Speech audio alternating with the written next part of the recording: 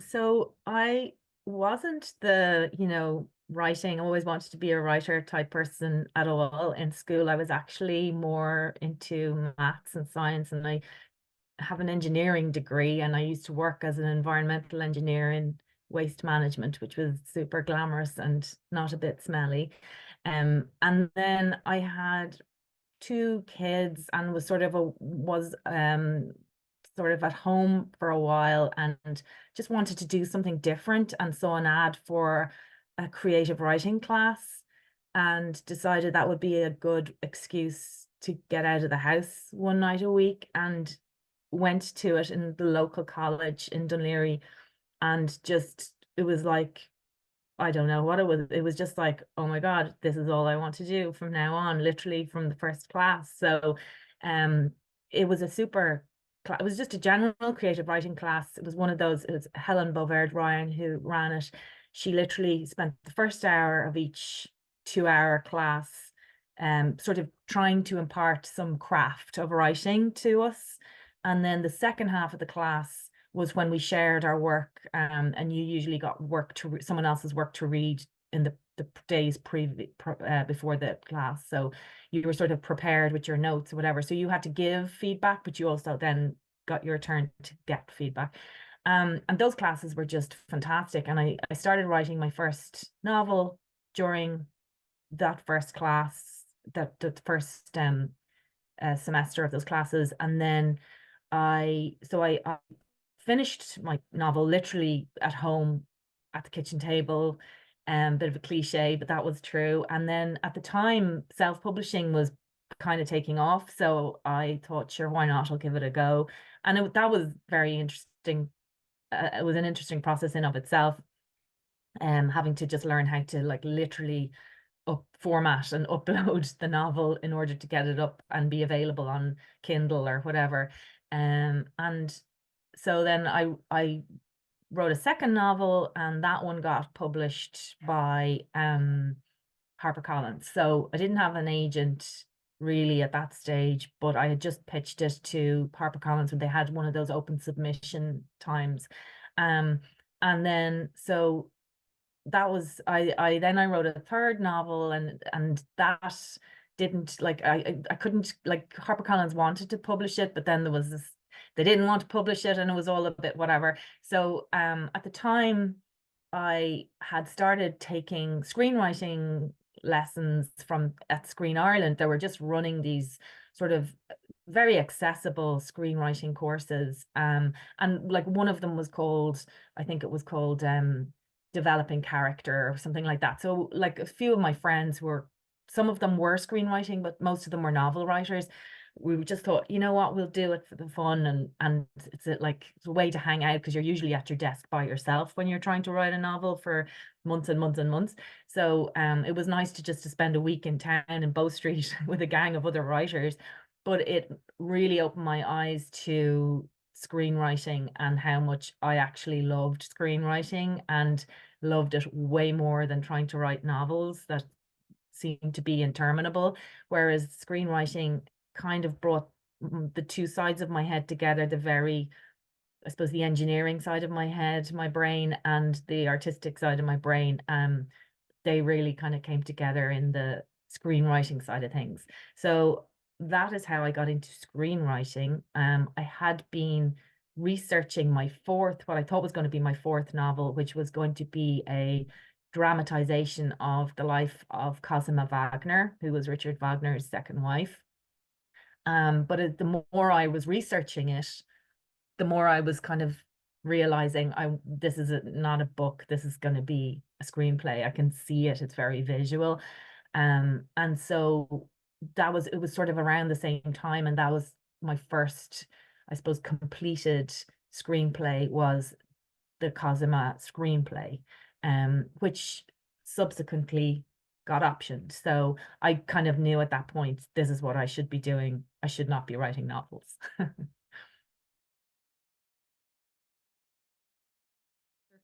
Yeah, to be honest, I was encouraged. I used to like, I played piano, I sang in a load of choirs, I used to do tap dancing, believe it or not. And I was very much encouraged by my parents when it came to all of that side of things, but I'd never wanted to write or tried to write or saw myself writing.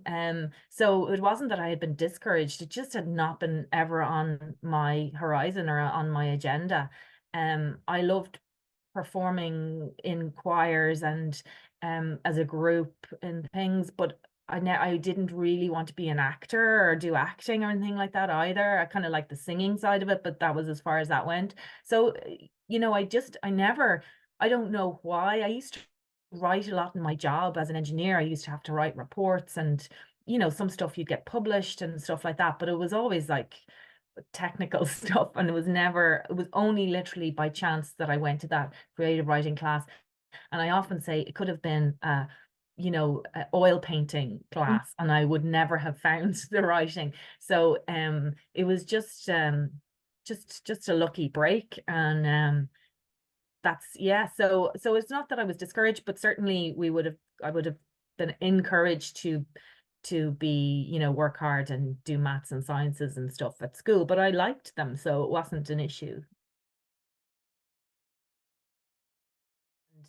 Yeah, whether it's having an aptitude or not, once I realized that you could learn the craft, which that was a total eye opener to me. And I think it's something maybe every writer gets this, but I definitely didn't.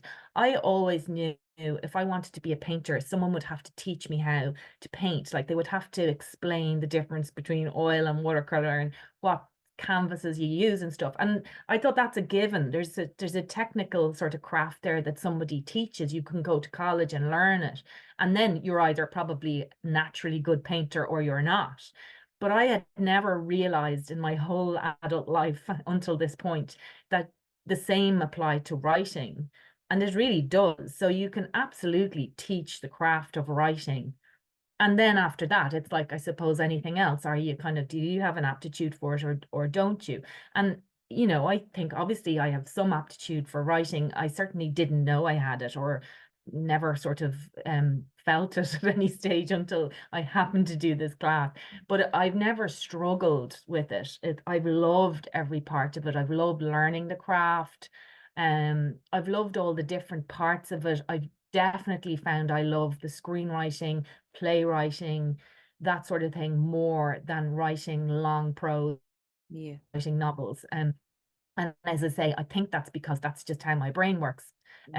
Because I'm comfortable with sort of structure. I like structure, and then the two things come together very clearly in screenwriting. So yeah, it's funny just even thinking about it, but I just never thought that writing was something that you could learn, but it absolutely is like anything.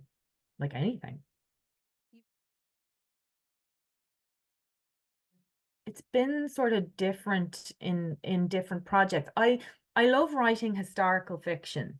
So what draws me to projects like Cosima, or of another one, Billy and Kick, which is the story of JFK's sister.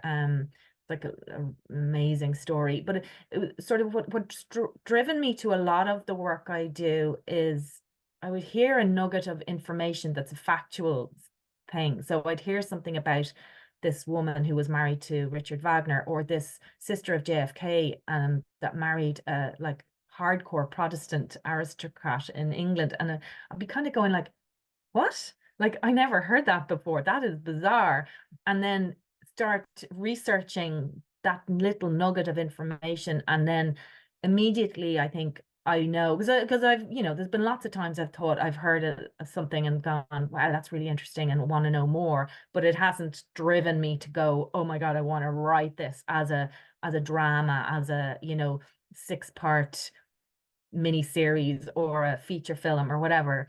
But the times it has, it's just you start, it's that nugget of just information, and it's usually as opposed to a personality, because I think all characters are interesting. Like you can write an interesting story about anyone, like there's always an angle on anyone, but I suppose it's the angle or the plot point that's sort of like, wow, that is mad. I did not know that. And I love when it's sort of there's some basis in fact. So it's a historical figure or some event that happened that we think we all know, like, and you're kind of going, wow, I thought I knew that, but I didn't know that that happened there. And you're kind of able to zone in it. And then you find the characters involved and then go from there. That's kind of, I think, how I mostly work.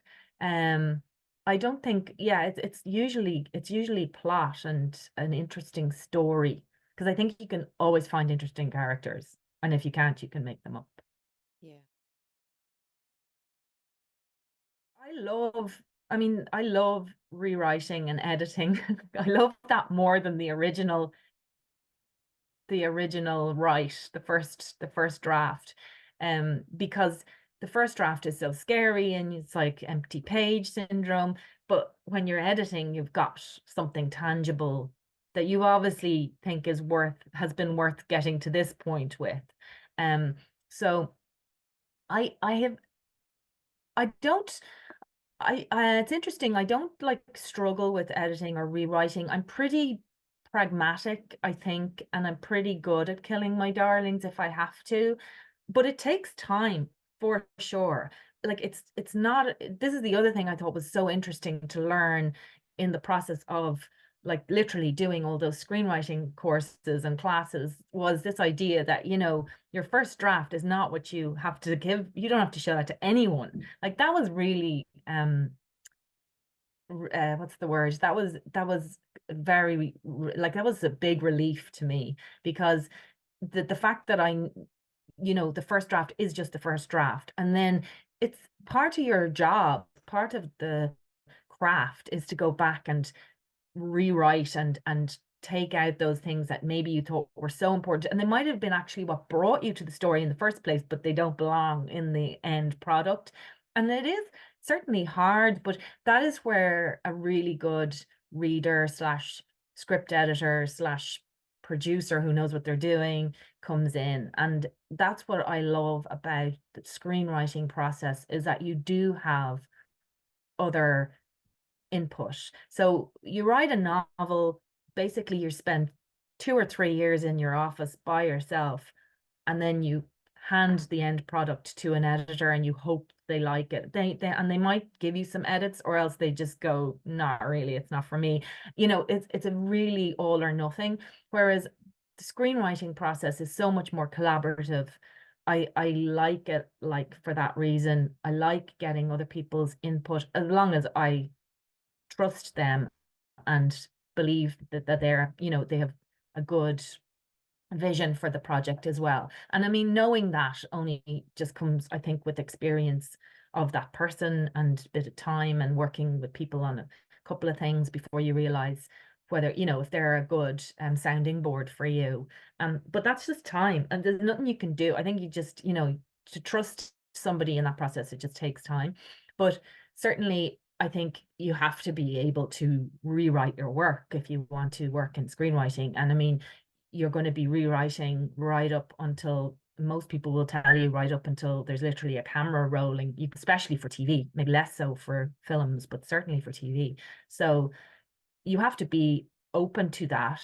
Um, and you have to be willing to take other people's visions and opinions on board. And if you're not, well, then you're better off writing novels, I think. But certainly for screenwriting, it's just a huge part of the job.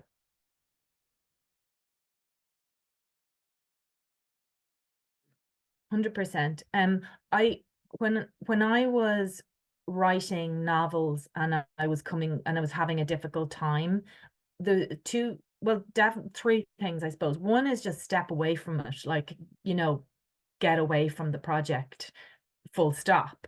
But number two is, what I found good is read. You mean, you need to read to be a good writer, you have to read. To be a good script writer, you have to read scripts and watch TV and, see other people's work. So that is valid time spent. And if you're having trouble with a project that you're writing yourself, that's the time to do that stuff. That's what I think. So definitely reading is the second thing, and then the watching TV and films. I mean, it sounds like, the nicest answer to a problem ever, but it's a valid answer. You need to do all those things to be a good writer.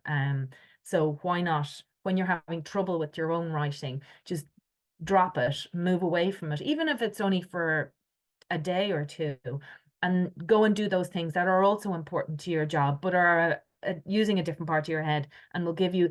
And also, I find 100% of the time, I'll see something. If I'm struggling maybe with a problem in a script, I'll go and just watch a couple of movies, and you'll always find something in one of them that will just click, and you'll go, actually, that's what I need to do. It'll just but something will kind of work in your head, that it'll just sort of tweak something, and you can apply that lesson then maybe to the problem you were having in your own script. But definitely, I think just moving away from the project, intaking as opposed to trying to put out work. So absorbing work rather than trying to write yourself.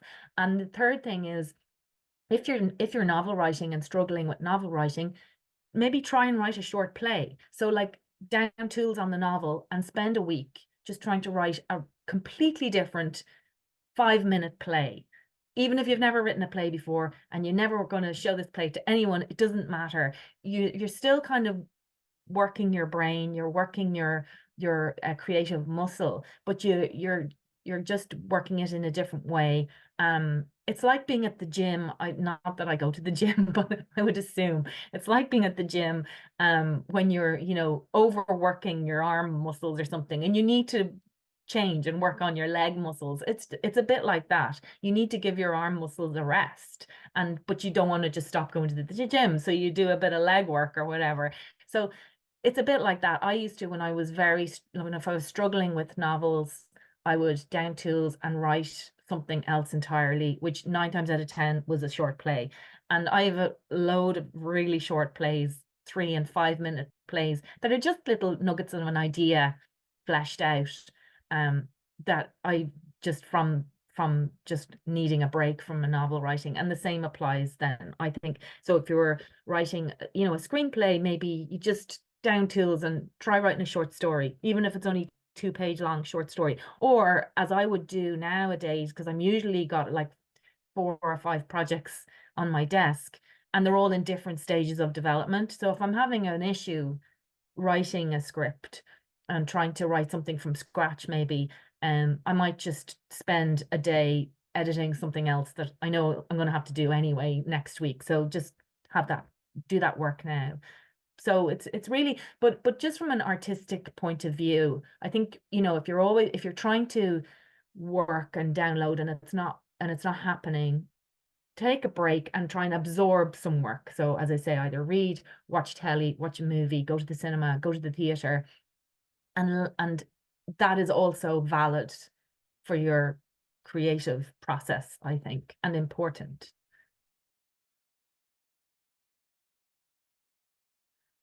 Well, certainly when I started writing, when I self-published my first novel, it was all about, like, you have to have a, Facebook account.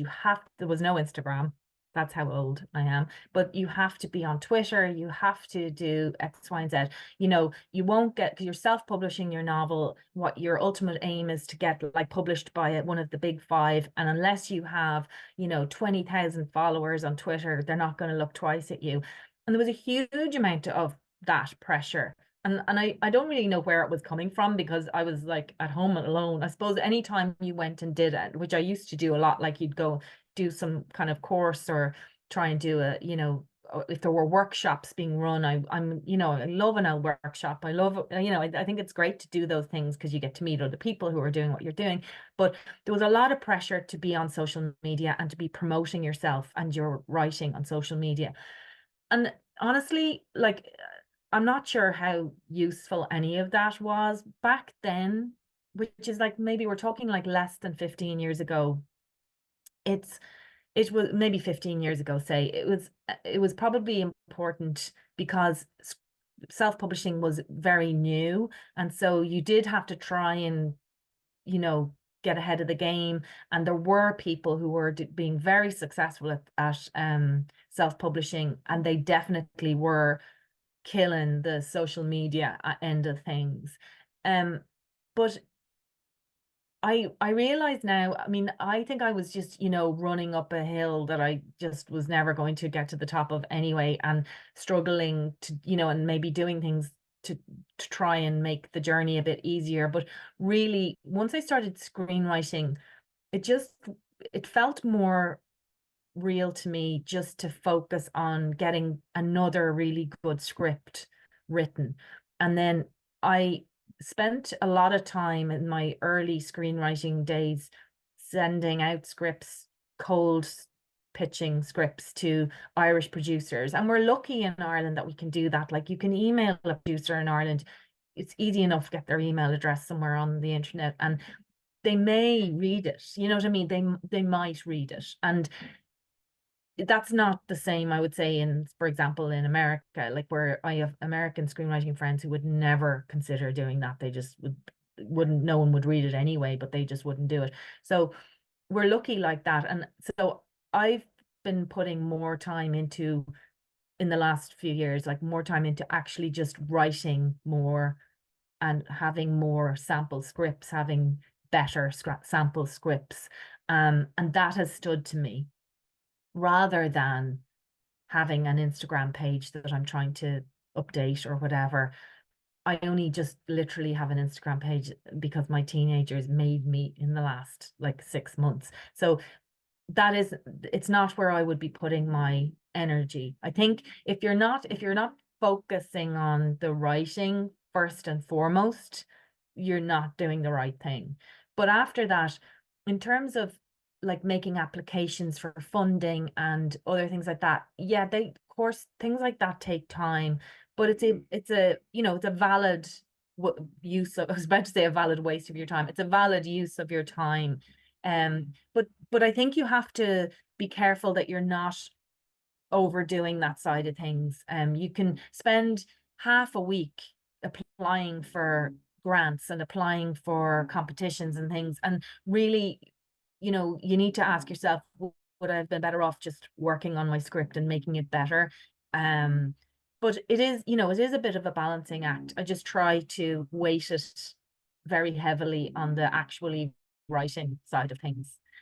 Having said that, I am, like, as an example, I wanted to get my play on stage. I haven't, I don't have experience as a producer, but I wanted to do it. So I actually just literally dug in and produced the play. And it was like a one person play, so therefore it wasn't like a huge big job, but it was a lot of work, and it did take time away from writing, but I felt like it was an investment work of my time worth making.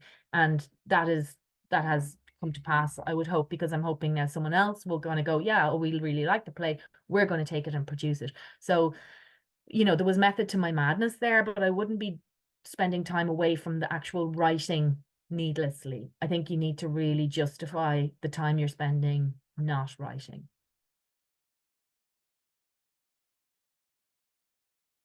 Well, definitely, I noticed it more, or when they were smaller, I noticed it more in terms of what I was watching or reading. Because, like, I remember when Room came out, the Emma Donoghue novel, and I couldn't read it because my lads were very small, and I was just going, no, I'm not reading that. And then I still haven't read it, which is ridiculous. Like, but I mean, it was just one of those things. I remember we were just talking about love hate a lot because Mary Murray, who is acting in my play at the moment, was in Love Hate, and I had to go, I didn't watch Love Hate because, again, it was out when the boys were small, and I was just like, I don't want anything dark in my head. I can't deal with anything dark.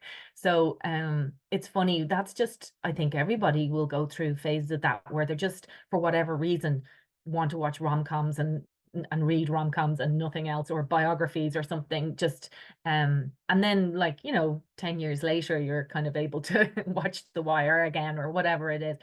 That's certainly the way I was.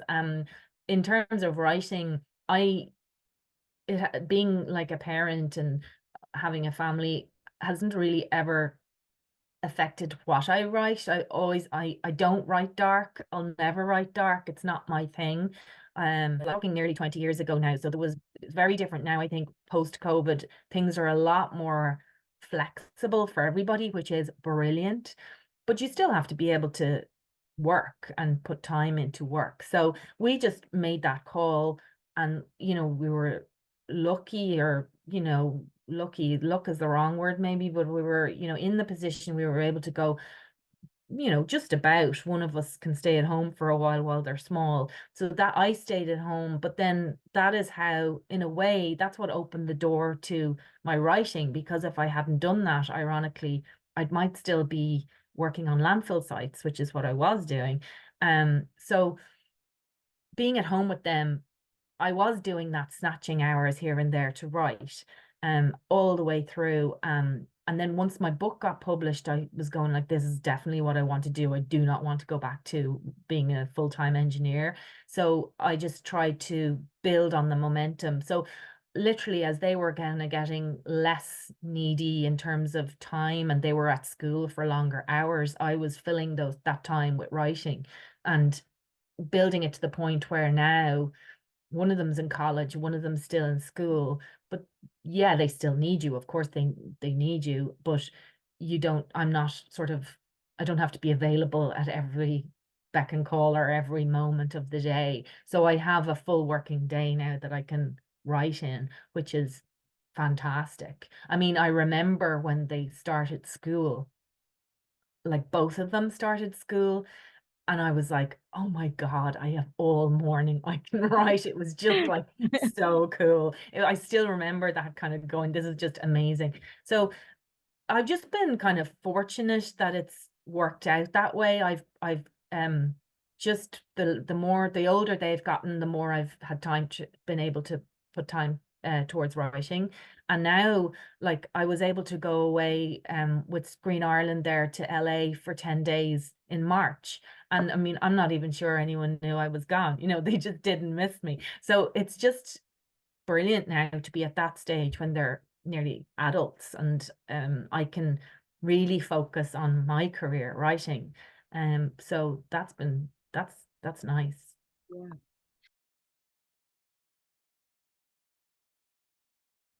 I'm not sure.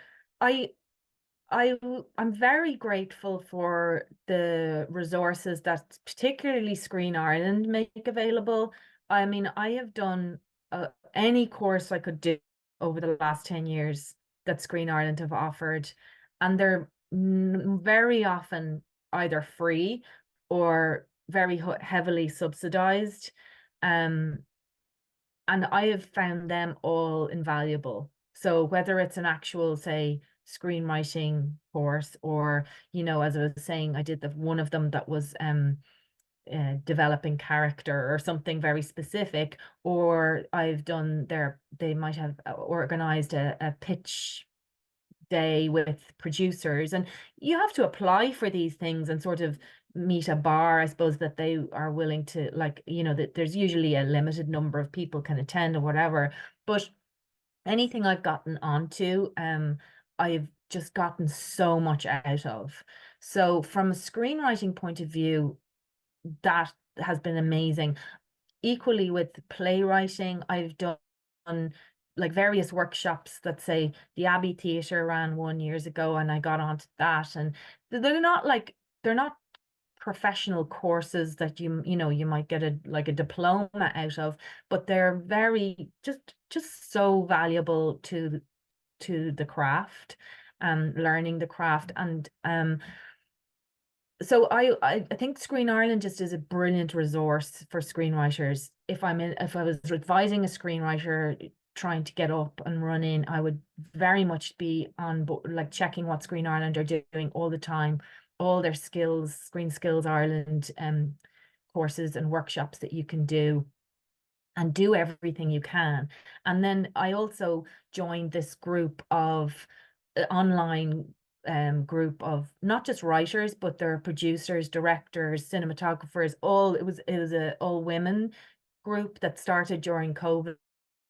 That's just been great, because it's lovely to have a network of people who aren't necessarily doing exactly what you're doing, but some of them are, but you can just talk to and see what they're at, and you feel less alone.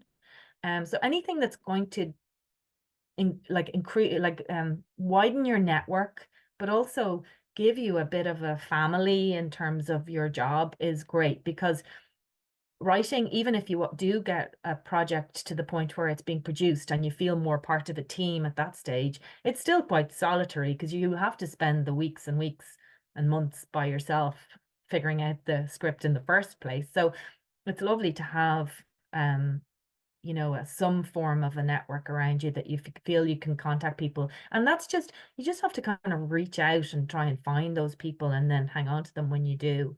I've been really lucky with, I have two particular writing friends who are so great. One of them's a novelist, one of them is a journalist turned screenwriter, and we're able to kind of bounce ideas off each other and cry on each other's shoulders and crack open bottles of champagne with each other when the odd time that happens. So that has been just invaluable. I mean, if it weren't for those two girls, I don't know if I'd still be writing, because I would just feel a bit lost. But I hope they feel the same about me. I think we've kept each other afloat through the difficult times. So that's an important thing to try and do. And I think you find those people if you just go to workshops and reach out onto, writing groups, and, you'll find your tribe, and that's super important.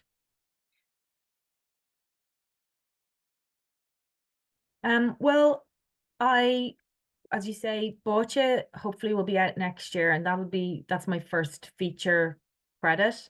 That was based on my own novel. I wrote the screenplay, and now it's been shot as a movie. So that'll be amazing when that comes out. What I would love to see, like, if next year, if you like, I would love for my play that has just finished a very successful run.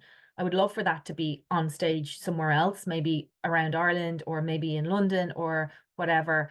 I feel it has legs, and I'd love to watch it grow as I'm at home writing the next play, but it's doing its thing. That would be amazing. I have a couple of feature projects that are kind of at the stage now of we're hopefully starting to look at casting. So it would be amazing if another feature was in development next year as well.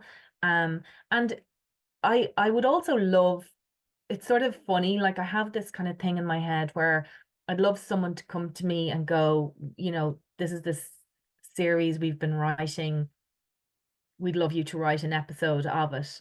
And, that sort of thing, that can happen or it doesn't happen, or sometimes it comes really close. I've had conversations with people about projects, and for whatever reason, they just haven't happened. But I would love to be doing a little bit of that type of writing too. So whereas I'd have my own stage and feature projects or feature or TV projects in development and being produced, I'd also like to be working on other people's projects and maybe in a writer's room.